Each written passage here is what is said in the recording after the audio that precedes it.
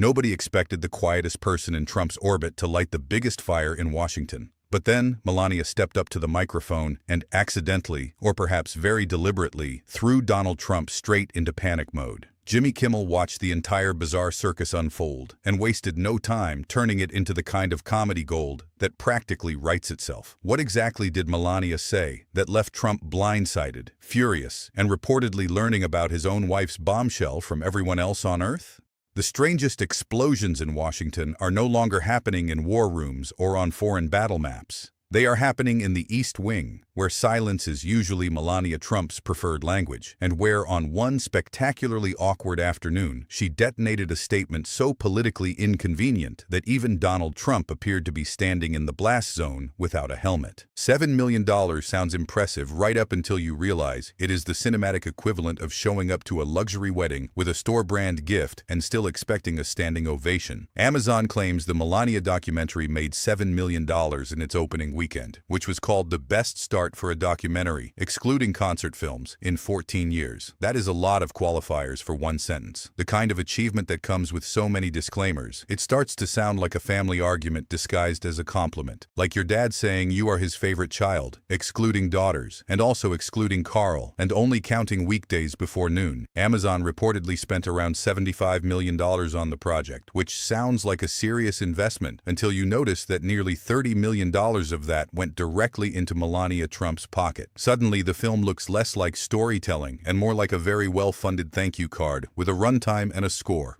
And yet Amazon still tried to spin the opening weekend as a historic win, carefully excluding every comparison that might make the number seem less impressive. The $7 million would appear solid until you realize it is less than 10% of what was spent to produce it. Everything is just so deeply entertaining that Jimmy Kimmel, who has built an entire late-night career turning political chaos into televised sport, could hardly believe the gift that had landed in his lap. One minute, the country was buried under another round of Donald Trump's geopolitical confusion, tangled in contradictory claims about military operations overseas, ceasefires that seem to exist only in presidential imagination, and alliances unraveling in real time. The next minute, Melania Trump emerged from the White House shadows and hijacked the news cycle with a statement so bizarrely timed and so pointedly disruptive that Kimmel treated it like Christmas morning with better ratings. The setup could not have been more absurd. Trump was already under pressure, juggling criticism over foreign policy turmoil and sinking approval numbers while trying to force a triumphant narrative around an international crisis that became less coherent every time he explained it. His public messaging had become its own genre of accidental surrealism, where victories were declared before outcomes existed and facts arrived only after being rewritten to match his version of events. Then came Melania. In a White House appearance that stunned even seasoned reporters, the First Lady stepped forward to address allegations linking her to Jeffrey Epstein, despite the fact that almost nobody had been publicly discussing her in that specific context at that particular moment. That timing was what made the whole spectacle irresistible to Kimmel. In his telling, it was as though Melania had effectively revived the very scandal Trump had spent weeks trying to bury under louder headlines, shinier distractions, and whatever geopolitical emergency was conveniently available. The lies linking me with the disgraceful Jeffrey Epstein need to end today, and that is where Trump's reported fury began. According to accounts circulating after the statement, Trump had not been warned in advance that Melania intended to speak publicly. If true, that detail transformed an already awkward press moment into something considerably worse inside Trump world. An unsanctioned media ambush from inside his own household, delivered on camera, in front of reporters, without a heads up. Kimmel seized on that angle like a prosecutor handed surprise evidence. The image he painted was immediately comic gold. Trump somewhere inside the White House, blindsided by Melania's statement, erupting in disbelief as she casually dragged one of his most politically radioactive vulnerabilities back into the national conversation. In Kimmel's version of events, the Diet Coke nearly left Trump's mouth mid-swallow. What made Melania's statement especially explosive was not merely its subject matter, but its timing. She insisted she had never been Epstein's friend. She explained that she and Donald had merely attended some overlapping social events in New York and Palm Beach, and that their circles occasionally crossed because such intersections were common among wealthy elites in those environments. That explanation, rather than calming the waters, only made Kimmel's material richer. He mocked the strange formal distance in her phrasing, particularly her repeated use of the name Epstein in a tone that sounded less like crisis management and more like someone referencing a mildly annoying neighbor in a condominium dispute. "I never been friends with Epstein. Donald and I were invited to the same parties as Epstein from time to time since overlapping in social circles is common in New York City and Palm Beach." Kimmel: "I love how she keeps calling him Epstein, like it's an episode of Welcome Back, Kotter or something." The delivery struck many viewers as detached and almost theatrical, which only intensified speculation about why she had chosen that exact moment to speak. But Kimmel's sharpest observation was not about Melania's words. It was about the implication behind them. Why, he asked, would she revive this topic unless something else was happening beneath the surface? That question became the beating heart of the entire monologue. Because in Trump politics, timing is never neutral. Every statement is strategic. Every silence is negotiated. Every public appearance is weighed against legal, political, and media consequences. Melania's move felt less like spontaneous clarification and more like a carefully lobbed grenade into her husband's already chaotic media environment. Then came the detail that ignited everything further. Kimmel pointed out that in the middle of her statement about Jeffrey Epstein, Melania managed to plug her memoir. Only in Trump family politics, he suggested, could a press conference about a convicted pedophile also double as a book promotion moment. The reference landed with the audience because it captured something true about the entire performance. Everything in Trump world, even the damage control, eventually circles back to branding. Within hours of the statement, reporters were no longer focused on Trump's foreign policy messaging or his latest claims of military brilliance.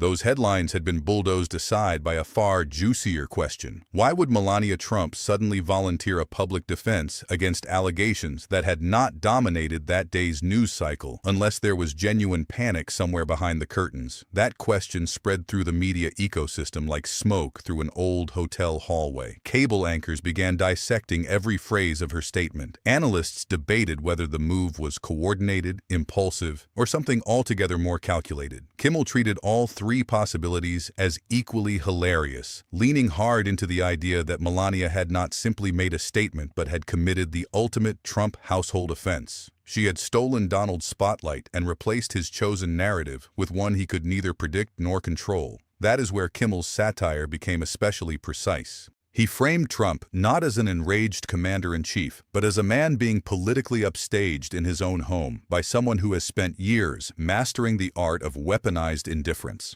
For years, Melania has cultivated an almost mythological detachment from Trump-era drama. She appears rarely, speaks sparingly, and moves through scandal as if she is an elegant ghost accidentally haunting the wrong mansion. That silence has always made her unpredictable, and unpredictability is poison inside a political machine obsessed with message discipline. Kimmel understood that perfectly. In his portrayal, Melania's silence had functioned like a dormant volcano. Nobody knew when it would erupt. When it finally did, it buried Trump's carefully arranged media narrative under a flood of lava made from bad timing and even worse optics. Past 6 weeks trying to bomb this Epstein story out of the headlines. 2 days after the ceasefire, she puts it right back on top. She must really hate him. I don't know how else to explain it. That detail became political catnip because it punctured one of the most carefully maintained illusions in Trump branding: total control. Trump has always sold himself as the man who knows everything first, controls every move, and dictates every headline before it happens. Learning that Melania had blindsided him made him look less like a master strategist and more like the last person added to the family group chat. Kimmel sharpened that humiliation with a comparison that practically assembled itself. If Trump cannot manage internal communications between himself and the East Wing, how exactly is he supposed to manage global diplomacy? The joke fused personal embarrassment with political criticism in a single sentence, which is precisely where Kimmel operates most effectively. He takes the absurdly domestic and ties it to the genuinely consequential, and the laugh carries both at once. Trump can lash out at prosecutors, judges, journalists, rivals, former staffers, and random pollsters on social media before breakfast. But attacking Melania is structurally different. Publicly undermining his own wife over a rogue statement would create a fresh scandal stacked directly on top of the existing one. So instead, he was forced into an uncomfortable silence, and silence has never been Trump's strongest operating mode. That silence only amplified suspicion. Political observers began wondering whether Melania's move was intentional sabotage sabotage, subconscious rebellion, or simply a calculated effort to protect herself independently of Trump's legal and reputational battles. Kimmel naturally treated all three as plausible and equally entertaining.